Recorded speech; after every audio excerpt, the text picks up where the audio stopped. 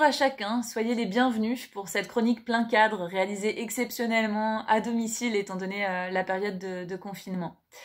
Alors, nous sommes également en pleine période de Ramadan. C'est donc l'occasion de penser aux chrétiens d'arrière-plan musulmans qui, pour certains d'entre eux, vivent leur foi de façon secrète, de façon confinée. On a donc décidé de donner la parole à Nour. Nour, c'est une chrétienne tunisienne. Son mari était un salafiste. C'est d'ailleurs lui en premier qui est devenu chrétien. Et ce que Nour va nous partager, c'est absolument troublant, mais aussi profond. Nour a perdu son mari est décédé d'un cancer, et elle a répondu à cette interview quelques mois après le décès de son époux. On a décidé de vous partager cette interview car on pense que c'est l'occasion pour chacun d'entre nous, dans une période un peu particulière de Covid, de regarder à Jésus-Christ et de se souvenir que dans la souffrance, eh bien Jésus-Christ donne la consolation. Quand le docteur m'a téléphoné pour la première fois pour me dire que mon mari est mourant, j'arrivais pas à la croire. Je la regardais et elle était si compatissante pour me dire qu'il avait 6 mois et moi, je la regardais, elle est folle. On est des enfants de Dieu, Dieu nous aime. Le cancer ne peut pas nous atteindre. Et je me suis retournée vers Dieu pour lui dire, mais qu'est-ce que tu es en train de faire ?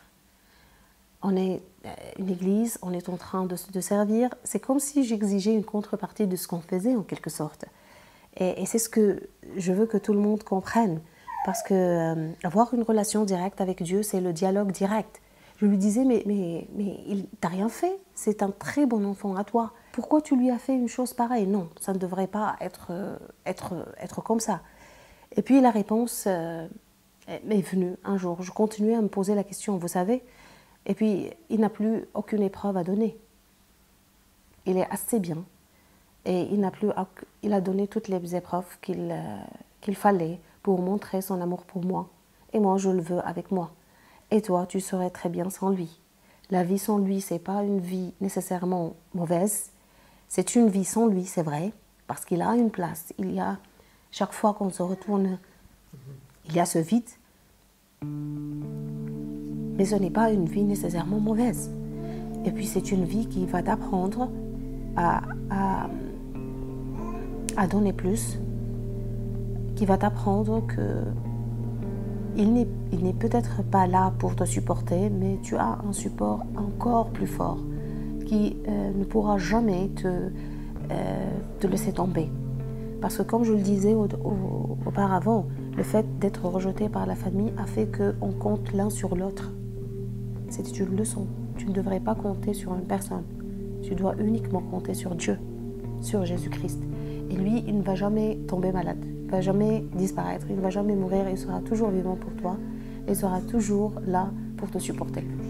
Ce qui est extraordinaire. Quand on a su qu'il était malade, lui, il l'a accepté avec paix. Et il arrangeait les choses pour moi, il a tout arrangé. La paperasserie, les choses, il a pris le délai de 6 mois qu'on lui a donné très au sérieux et il a commencé à organiser. C'est moi qui n'ai pas pu accepter le fait qu'il va partir. C'est moi qui continuais à prier, à lui dire s'il te plaît, donne-nous une autre chance pour pouvoir être ensemble. Mais ce n'était pas, disons, la volonté de Dieu était autre. Ce qui un peu m'a fait mal, ou ce qui me faisait mal, c'est que au moment où on était tous les deux à genoux, c'est que les coups ont commencé à venir parce que tout le monde en a entendu parler et tout le monde commençait à dire qu'on le méritait. On était devenus chrétiens, on a laissé tomber notre religion et du coup on a mérité c'est une punition de Dieu, on l'a mérité. Et il n'arrêtait pas de venir à la maison pour lui dire d'apporter du courant, des choses pour qu'il revienne à l'islam. Et lui, il m'a dit un jour, je vais te demander une chose et je ne pouvais pas lui refuser. Sa dernière volonté était de se montrer dans cette émission télévisée pour dire à tout le monde qu'il est chrétien, qu'il est fier de l'être, qu'il le restera, qu'il le mourra chrétien. Et il s'est montré dans un show télévisé avec le visage découvert. Et il a donné il s'est exprimé comme il le voulait pour dire à tout le monde qu'il était chrétien. Et là, les menaces ont commencé à venir pour lui dire « on ne va plus te permettre de t'enterrer dans un cimetière musulman ». Le plus cruel, c'est que quand on reste avec un malade face à face, pour discuter avec lui où est-ce qu'on va l'enterrer. Quand il faisait la chimiothérapie, il était très faible et il insistait pour continuer quand même les réunions. Moi, j'étais trop fatiguée parce que j'étais enceinte et j'attendais un bébé, mais je faisais l'effort pour ne pas le contrarier. Parce que faire le voyage jusqu'à Tunis, faire la chimiothérapie, puis revenir, et puis avoir la réunion d'église à la maison, c'était infernal.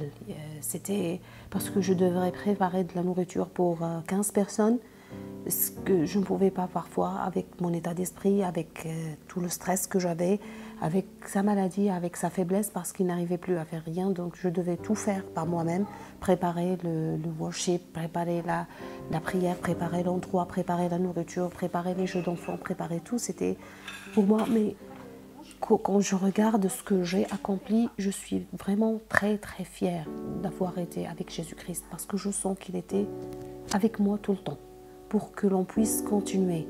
C'est un coup du diable satanique pour détruire l'Église.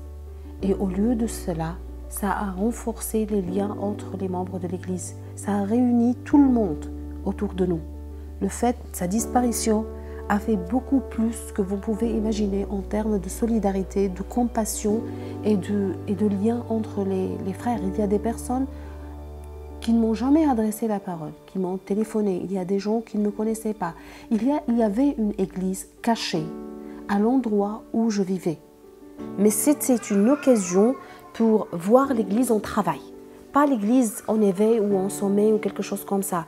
De voir le vrai travail de Dieu dans la vie des personnes. Comment ils vont aider et comment Dieu les a changés. Même pour moi, vous savez, je ne suis pas la même et je suis consciente de cela parce que j'ai maintenant des sources de patience, de calme, de paix que je ne soupçonnais pas que j'avais. J'ai beaucoup de difficultés, c'est vrai que je suis épuisée, je suis fatiguée, parfois même je suis submergée. Maintenant, j'ai appris à dire que je n'ai pas de solution, je n'ai pas de réponse. C'est à lui de répondre, c'est à lui de trouver la solution. Donc j'ai appris à lui donner la priorité dans ma vie et à le laisser guider mon navire, ma vie et celle de mes enfants. Et ce n'est pas quelque chose de mal, je crois. Au contraire, c'est quelque chose de très bien. Ce que vient de nous partager Nour est vraiment touchant. Il faut savoir que Nour et sa famille ont dû déménager parce qu'ils ont reçu des menaces après l'intervention télévisée de son époux. Et ce sont les anciens amis salafistes de son époux qui l'ont menacé. En cette période de Covid qui touche à peu près tout le monde, dans presque toutes les nations, sans faire de distinction de religion, eh bien, je prie que le Seigneur puisse consoler toutes les familles éprouvées par le deuil. Je vous propose maintenant qu'on se quitte avec un sujet de prière, et ce sujet de prière, eh bien, c'est Nour qui nous le partage. Un espoir, quelque chose que je pourrais espérer un jour, c'est que les chrétiens tunisiens ne se sentent plus oppressés et n'ont pas cette peur de se montrer, de dire haut et clair qu'ils sont chrétiens et d'exercer leur culte librement sans avoir à se cacher dans les maisons. Si j'ai une prière, c'est qu'aucune famille ne passe par ce que j'ai passé. C'est d'avoir un cimetière chrétien où on pourrait enterrer nos aimés une fois qu'ils sont morts. Parce que ce n'est pas facile quand tu as ton mari qui est mort là et tu es en train de discuter avec la police comment tu vas l'amener jusqu'à sa dernière place. C'est cruel. On ne nous donne pas, on ne nous donne même pas le temps d'être en deuil. Et les autres, ils ont demandé leurs droits et ils ont trouvé leurs droits. Alors, je me dis que peut-être qu'on devrait faire de même. Peut-être qu'on devrait nous-mêmes se lever et demander nos droits.